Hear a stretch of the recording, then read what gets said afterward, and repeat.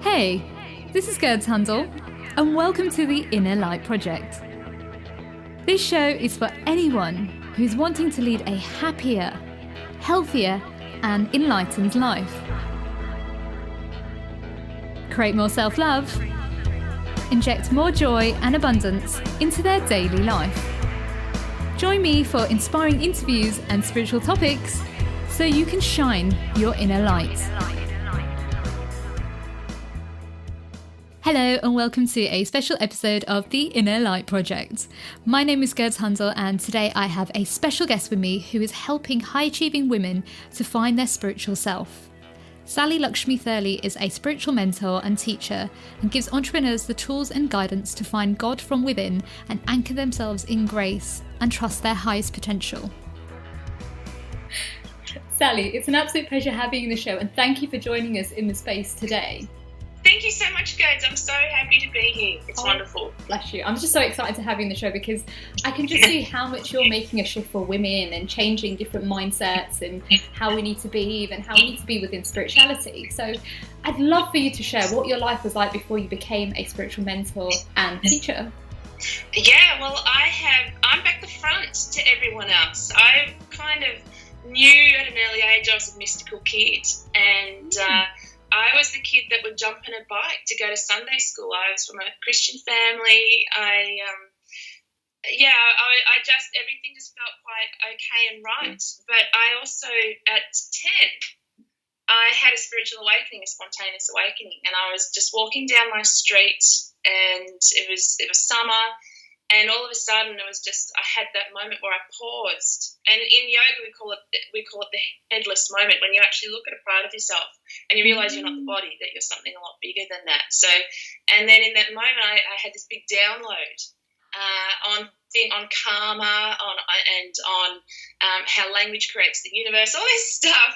Wow. And I remember going, oh yeah, that's cool. What a cool experience. And I went to school the next day and I shared it. We have this thing called show and tell. I think you probably have it over there as well. And everyone's going, don't you talk like that? This is the 70s in Australia, right? Oh, wow. and terribly Christian. They're going, that's like, don't talk like that.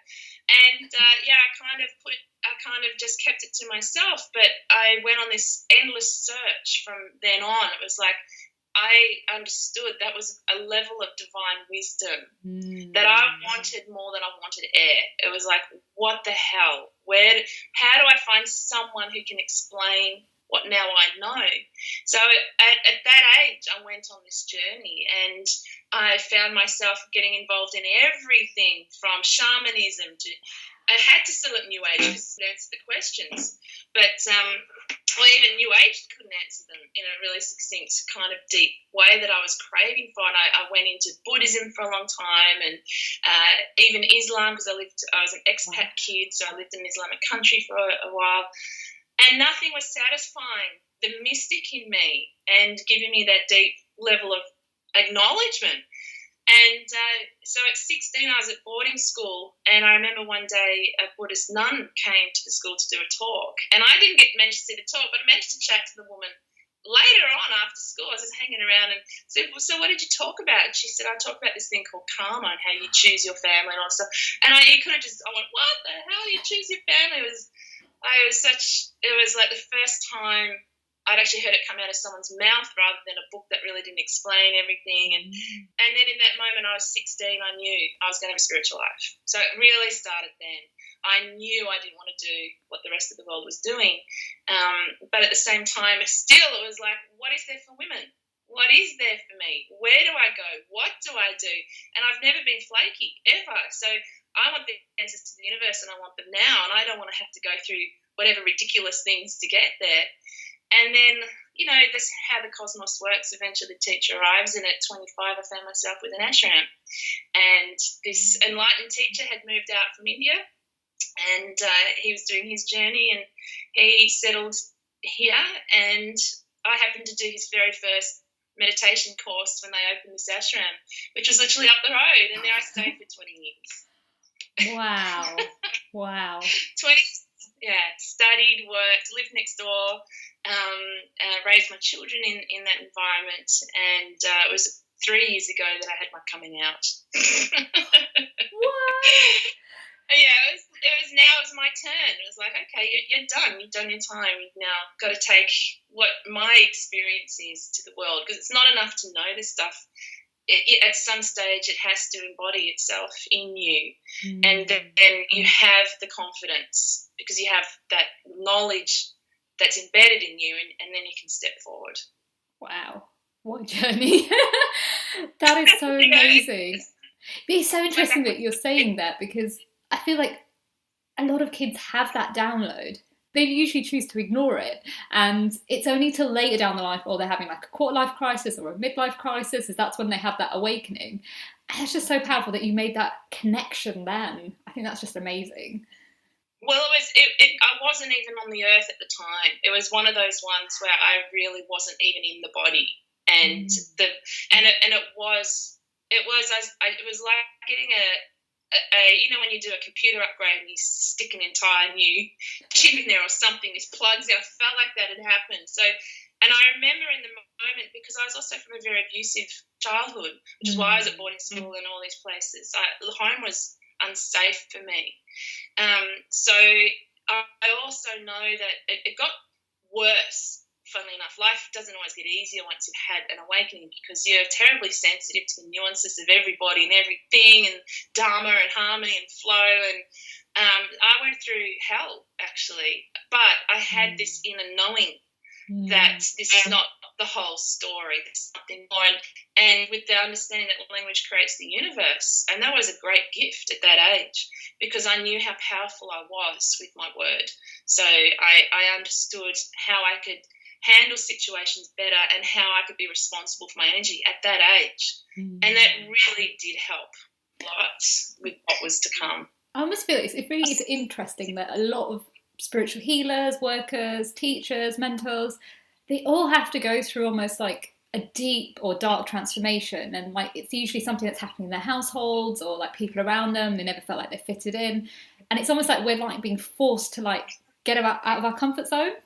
Oh God, yeah. I had because I go to India all the time. My ashram community, the main place is India, and so I run retreats there now. And I was talking to a very dear friend who's a priest there, and he said it years ago beautifully, because it's a never-ending cycle. Like we get plummeted into things, and the pressure can be horrendous. And he said, God's making a diamond. I know it sounds corny. Diamonds are created under consistent pressure. It's not just, the one-off every now and then. It's like, if you want to really shine, be okay with the fact that you might have to experience consistent pressure. And I am one of those people. It's like, hit after hit after cosmic hit. And it's like being in a foundry, particularly when you do the level of being in an ashram, because there's grace. And spirituality is only ever about grace and our ability to open to her. And but she fries the shit out of your ego and your personality. So it is like being in a blacksmith's fire and being beaten all the time until you finally get rid of that bit, and then you turn around and the next bit has to be beaten. So yeah. And then it's almost like you're roughened and then you're being like polished after. Correct. And that's actually one of the things I say to people who are really suffering. I mean, I understand suffering and I know the way out of it really well, but, there are times the only way is to just be there, be with it, and know that you're being polished, you're being buffed up. Wow. I'm just blown away by our conversation already. Just started. So you went on this journey, you were led into the ashram. What happened for you next to kind of almost come out of the closet, I should say? Well, first of all, about 15 years ago, I started to realise that, once I got to the ashram, and the downloads really started, and that's called a kriya. So when you start doing sadhana, which means dedicated spiritual practice, like it's your life, then the energy or kundalini, that there's this kind of innate spiritual energy in us, this kundalini energy that starts to move. And when you have a big experience of the divine, that energy will move through you. It's like a purifying force. And people have these spontaneous movements. So some people might laugh, some people might cry, some might wriggle, some might talk in tongues, and then there's me getting big chunks, like writing. I have to sit there in meditation with bloody pens and a book. And then I realised as I'd sit there in these programs that there was something in me that, I went and I got what I went for, but I started to listen to this man who I love. But he was a man giving manly advice, and I started to notice that when people would ask him questions, I would know the answer. So that started to happen. It was like, oh, I could answer this, and then I had this, because of my abusive past, I had this terror of speaking up, outer terror, and then I went through this long journey of when I would speak up, I'd be shot down in flames, or like it was really. Learning to speak up, learning that I have a voice, and learning that I am competent and capable through my voice has been one of my massive life things, and definitely part of being a female in a system like that. Well, if you want to look at real, I love faith and I love the great traditions. They've gone screwy, but at their core, they are fantastic. And I'm into enlightenment, gnosis, and I think that they're the way you get. They are still the best path. Even though I didn't do religion, I did a philosophy. The ashram is really a philosophy of consciousness. But really, for women, there was no path. Like in the last 100 years, they've made women can take what's called sannyas, become a swami, or you become a monk. They don't even actually take it that seriously. It's just like, oh, okay, these chicks are starting to kick up a fuss. We'll let them take sannyas. But even the whole thing of monkhood, I started to question. So yes, it was something I could do, but not until my kids had grown up and left home. I was qualified, I was trained, I was in line for that. And then the only two options was that, or you become a nun, or you become a wife.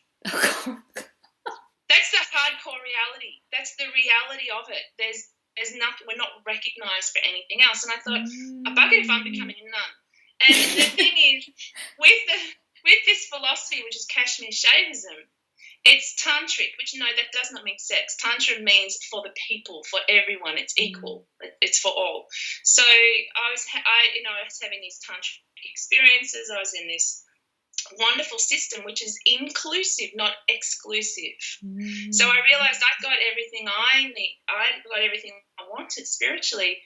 Because I did the bloody work, and also I had this great teacher who could impart Shaktipat, it's called, or spiritual energy, but also because I chose to be a monk in the world, and I realised that's what I was doing. It's like, okay, so I've got to hold the balance, hold myself. Where is the Dharma here?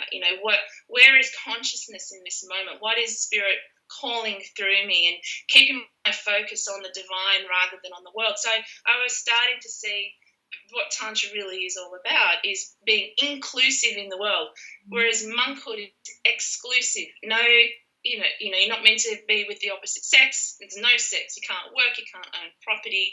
And because none of them do it properly, do they? Of course. No one's doing it anymore. They're all in relationships, and they're all taking money, and they're all working on the side hustle. So I just thought that to me is dead. It doesn't make sense. And yeah, I had to find my place, and that really could only happen when I stepped out. But the good news when I did was also at the end of another massive time in my life, where when you're meant to do something and you don't listen properly, I was being told you have to leave your partner, you have to leave this, you have to do that, and a part of me is going like, no, I love my partner, I'm not leaving. And of course, within six to 12 months, I had lost the use of my legs. My partner and I had broken up. I'd had to, lost my home. It was such a colossal wipeout that I ended up standing there with nothing, and yet I was now in this incredible position to create whatever I wanted from that space. And I was actually off and running. I was just off and running. Wow. You're so right. When we just have to listen to the signs, and if we don't, the signs will come up in another way or another. If you've got a job to do and you're not listening, the universe will rattle that cage big time. It's like it will make sure you do it. Wow. So you came out of the closet. So how are you now helping women as a spiritual mentor and teacher? Yeah, well, Dharma. I think it's a missing component. It's a really cute word. You might go to a yoga class and hear the word Dharma and might be put off because, you don't want to think you have to have dreadlocks and drink chai. But which I think chai is nectar of the universe. I make it every day. But I really get the importance of purpose. And I know that's bandied around everywhere. But I think that you will learn quicker and you will integrate the teaching. Remember, it's all about integrating spirituality, not learning spirituality as such. You have to own it and experience it. And the only way is to really work out, what am I here for? And what do I need to pull this off? And who am I being? So in a way, I call it like spiritual branding. And I wish I could find another word. But it's like, if you can step up as all of you, and remember that you are more than what you can touch, smell, feel, all these things. And you are this glorious divine being. And if you can just learn how to be that and in all moments, you're going to get there. So that's what I help them with. I love that. It's so true. Like, there's so many people out there in this world that are just, they're just following certain strategies or rules on how things need to be done. But really, the answers lie within. You are your own brand. You are your own, we could say, universe almost. We have the tools within us. Yeah. And you are your own. You are as a soul. A soul is purely an individualized massive consciousness. That is all. So that's the individualized part, and due to your karmas and whatever you have to experience, like you're born through a certain family, you're born in a particular country, you have your life thing is really already mapped out. The only part of free will is that ability to make choice and to go for what's going to make you expanded or what's going to keep you contracted or in the same place. And that's pretty much where wisdom work comes in, the ability to discern in the moment and where to move and is this good for my soul, no matter how challenging it is. Like, it just becomes day to day, moment to moment. Yeah. Wow. I just find that's amazing because, like, so many women need that help, like just knowing how to be themselves. Oh my God, and to find their voice. Like, when I first stepped out, I had colossal level of knowledge because I'd studied all these like scriptures and philosophies and everything. I had this colossal, and I would just go out like this sort of crazy brainiac, and I was wondering, why aren't they doing the work? What's wrong with people? What do they want? It did take about 18 months to realise I was still in ashram language. I was so used to communicating with people who'd done that kind of work for so long that I got beaten down lovingly. And but I found that I would start with constructive kind of a yoga approach, because yoga just means unity with God, union, what the practices to unite with the divine. But I found that the most important skill I had is what's called self-inquiry. And self-inquiry is a wisdom technique.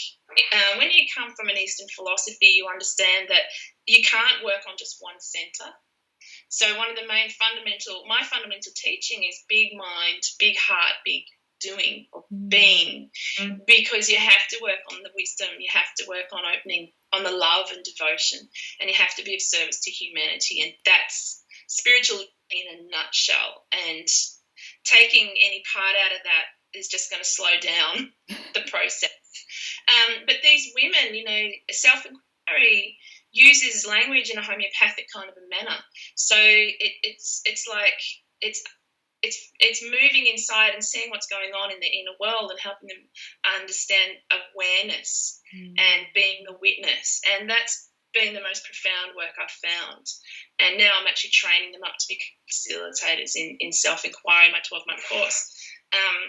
So I found that they want empowerment more than anything. They just want to feel empowered and also to get rid of all these concepts. So like suddenly there's this thing of you've got to be a goddess or a high priestess or all this stuff. And like that's also, oh fuck, I'm sorry, what am I? But it's true. I know it's dreadful, isn't it? But it's like they're just absolutely like, oh, am I supposed to be doing? Meant to be building my intuition? Or am I meant to be going and doing a menstrual circle on Friday nights? Or am I meant to be going to do these things? And we're somehow still turned it into this crazy. Well, no, it's always going to be the same. It will never change. It's purely about us. All that other stuff is just, it's just fun, It's about us, and it's like I said, you have to work on how you hold the universe in your. Do you understand that you have the cosmos in your third eye? Like Shiva is the divine from it. Shiva is in your third eye. Do you understand that while you're doing all that, it doesn't mean you're nice to your neighbour? Like all those traditional things are the fundamental base of spirituality. I say to people, spirituality doesn't mean spirits. It doesn't mean spirits. It is how you live and hold yourself and what is the level of God consciousness, awareness. Yeah. That's it. I find what's really interesting is if when you're in the car and if, say, for example, like an elderly woman's walking really slowly across the road and the person that's driving kind of reacts, then I'm like, they're still not imbalanced. Yeah. That's so true. And there's this other thing that I really like, I write about in my book that's really fundamental as well, is this: the highest level of awareness of being on this planet is called Sahaja Samadhi. So that's freedom in your natural state. So there's a lot of this stuff that we have to transform 100% our natures and become something. And yet it's not. It's actually that you amplify and you become this walking, generating machine of, we say, Shakti, of bliss, of love. And you can yell at that person. So it's like you are still fundamentally you, warts and all, but you have become this tuning fork for divine consciousness. So sometimes, living dharmically is doing no harm. That's one of the aspects, and that's one of the yogic principles, do no harm. So you would never want to scare that poor person crossing the road. So that's not the right action. You're right, they'd be out. But internally, to sit there in the car and go, move it, woman, like, that's part of your nature.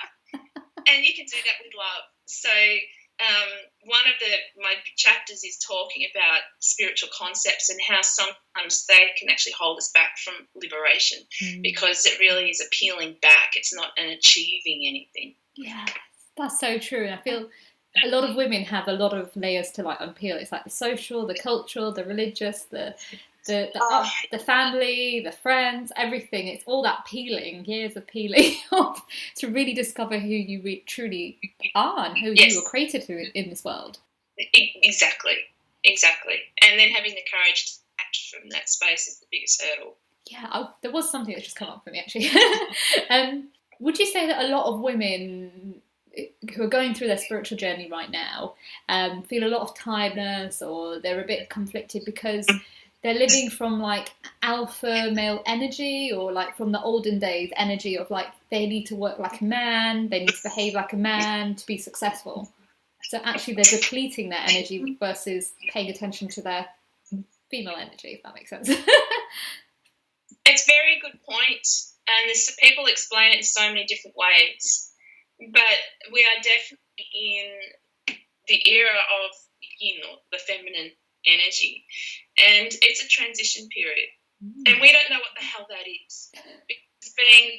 It's not that people say, oh, it's never happened. Well, it has. There has been a time when males and females, masculine and feminine, I don't want to use gender. Yeah. Masculine and feminine is just an energy. And different types of energy, and they need to be balanced. And there have been moments in history when that has happened. It was really only, honestly, it was after the birth of Christ. He's got nothing to do with it. It was honestly around about the 5th or 6th century it started to change. And suddenly, and this is a big bugbear for me, suddenly women who were equal in community, were able, women were priests already, or women were holy workers and things like that. Suddenly we had that stripped away from us.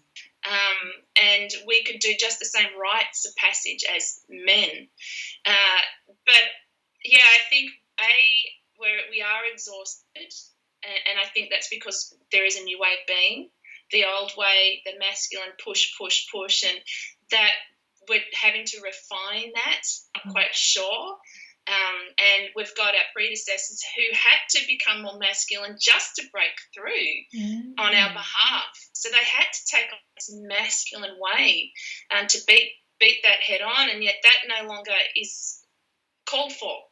So we've got female role models who are really masculine. And me being entrepreneurial by nature, I can't help. It's my way of being, and it's how I'm approaching spirituality, because I want spirituality to clean itself up, and I need spirituality to become accountable. There's no regulatory system. How can you for something like that? So I think it needs a model, but a really healthy model. And if you're working with Dharma or what's your purpose in life, then why not live from it? So I tend to really love entrepreneurial people. But I noticed when I first stepped out, I had all this energy, but after a year I was absolutely wiped out, because there was still the hustle mentality. There's still this, you got to work big hours, you got to push, and the universe won't let me do that. It's saying, honey, we didn't give you all this training. You go out and start becoming a part of the world like that. What the hell are you doing? So one of the ways to pull us back and to have to draw into our receptive yin nature is actually we get exhausted. But at the same time, exhaustion can also be a mindset issue, because we are so overloaded and bombarded with anything from responsibilities to just pollution and toxins in our environment, and that they are exhausting, and we're not really great at I'm also a chef. I was head chef at the ashram, so I had to learn things like rest days. Like, we don't do Sabbath anymore. We are on the go 7 days a week, and we don't fast. Traditionally, Sunday Sabbath was a day of fasting, and you'd have your family meal, and we don't rest the body, and we don't rest our digestive system, our immune systems, and so we're paying a price across the board. Wow, that's amazing. I never thought of it in that way.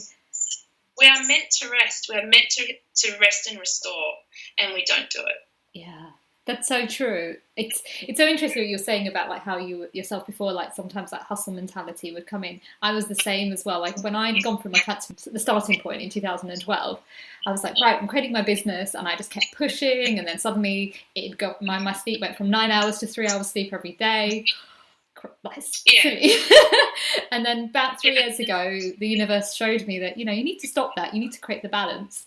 And it's through having a kidney problem that actually made me realise how fatigued I was and how much sleep I needed. And it really taught me what I needed to know right now. And that, like you said, you have to have you time. You've got to have you've got to have those baths, and just have your day off, like you said, and just embrace it and not feel guilty. I think that's where a lot of women feel guilty that, they need to be a mum, they need to look after everyone else, but they don't really look after themselves as much. Oh, totally. We put ourselves last, always. Yeah.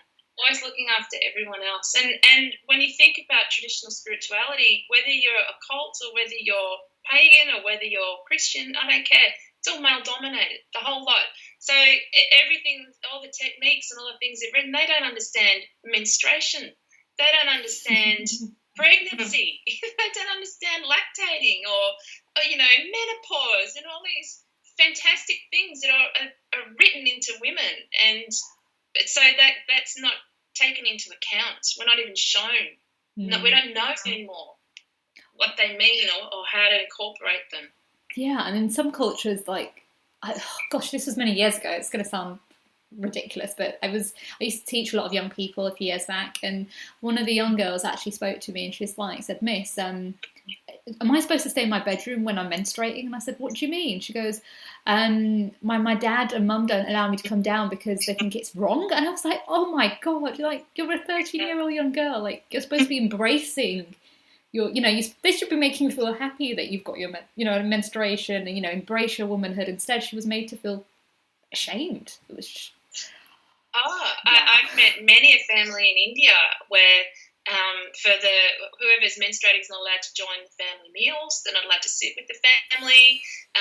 They have to go and cook for themselves. They're not allowed to touch anything. They have to clean up. I know, it's absolutely crazy. And the guy will not eat from his wife's hand either. Like, he'll go out and get dinner, and she can only cook for herself, and she never gets to go out. She never gets a meal out. You just sit thinking, what century are we in? Yeah. Are you kidding? It's almost like we've gone to like the 13th century or something. Modern day. It's just, and then they're not allowed even in the temple. They're not allowed in a place of worship because it's considered impure. Whatever it is. Ridiculous. It is ridiculous. Yeah. I agree with that.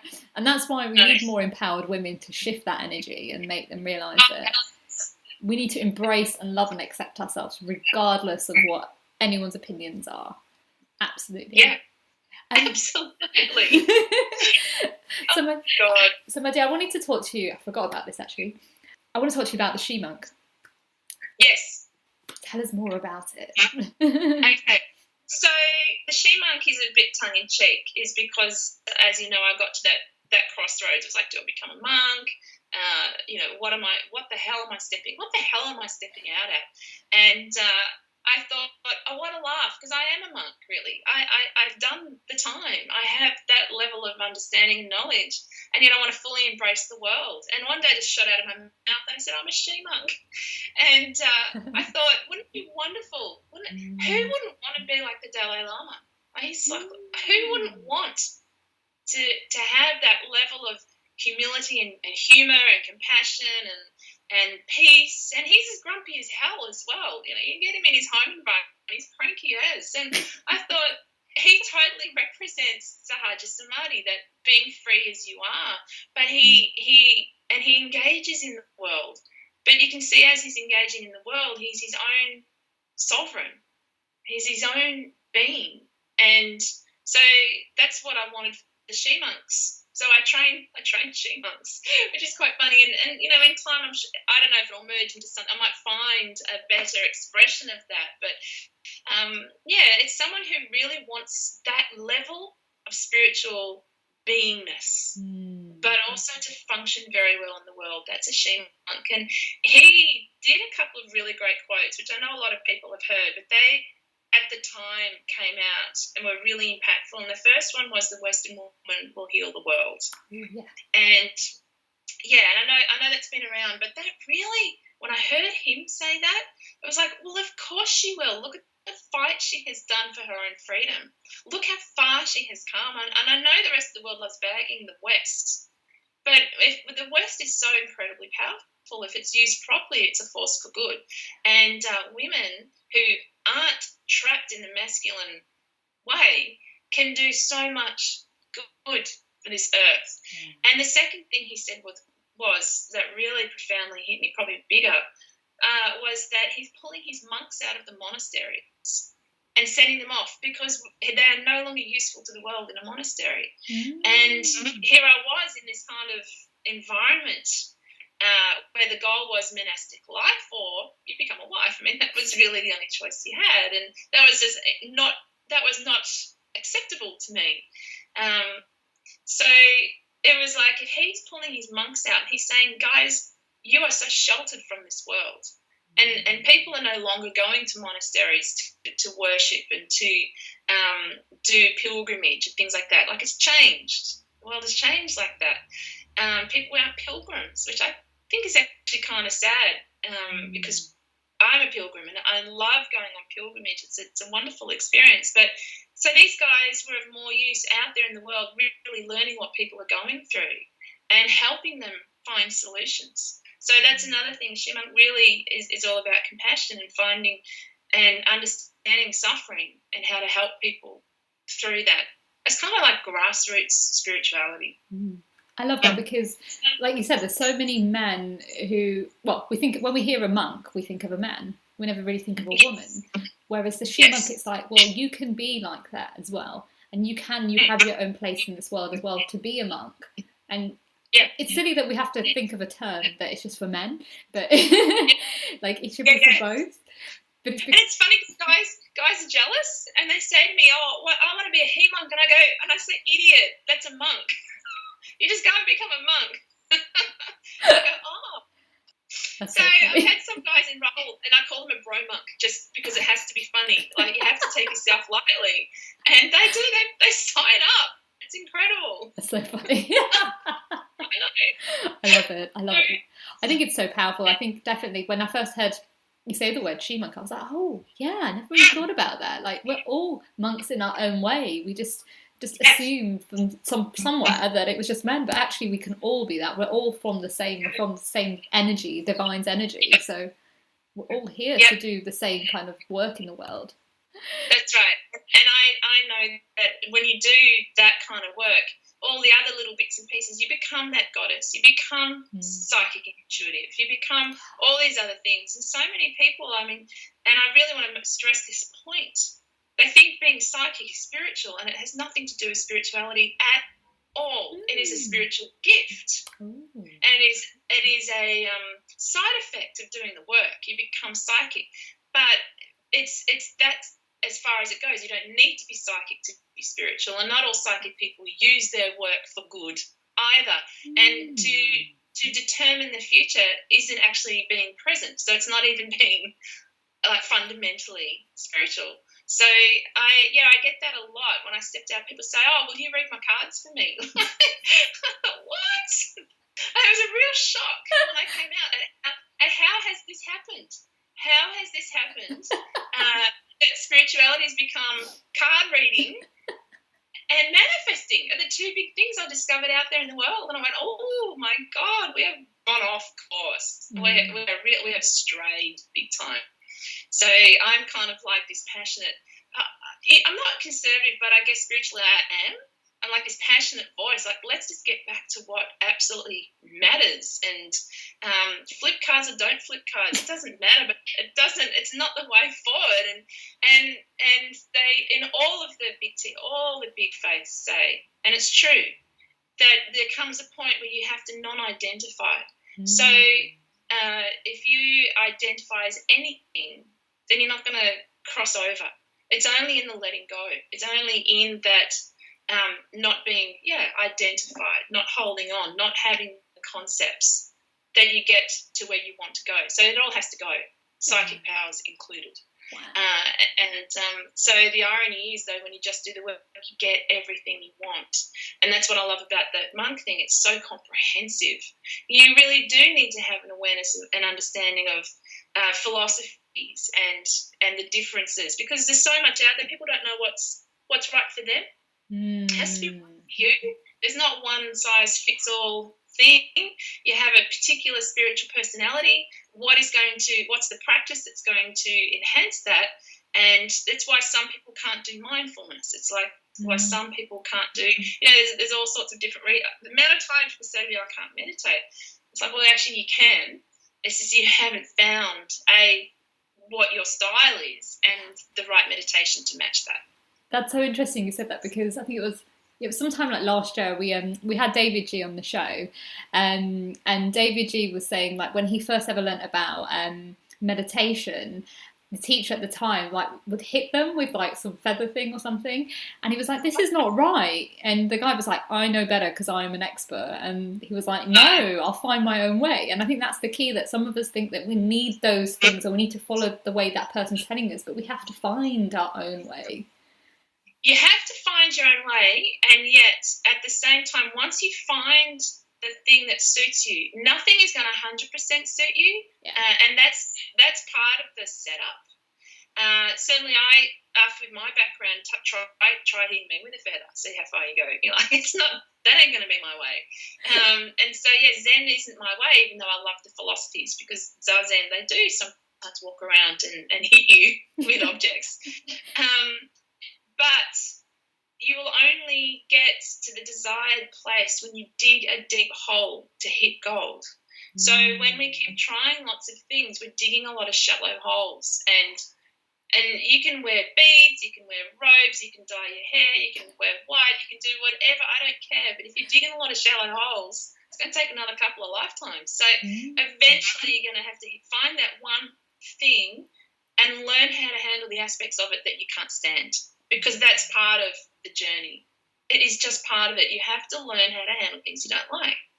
So where do I fit with this? How do I hold myself in this? I don't like what that person is doing. And at the ashram, I didn't particularly like all of the community just because they're all like-minded. It didn't mean as personalities we all liked each other.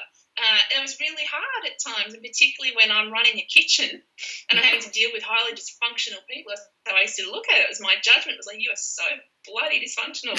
How is cook? I got 500 people coming for lunch, and you've given me 10 absolute. You've given me like accountants. Like, why did you give me these people? And so it is part of building the resilience and wisdom is how to handle. I think it's the Buddha that always says your enemy is your greatest teacher. So, and that's finding a system, digging deep, eating gold.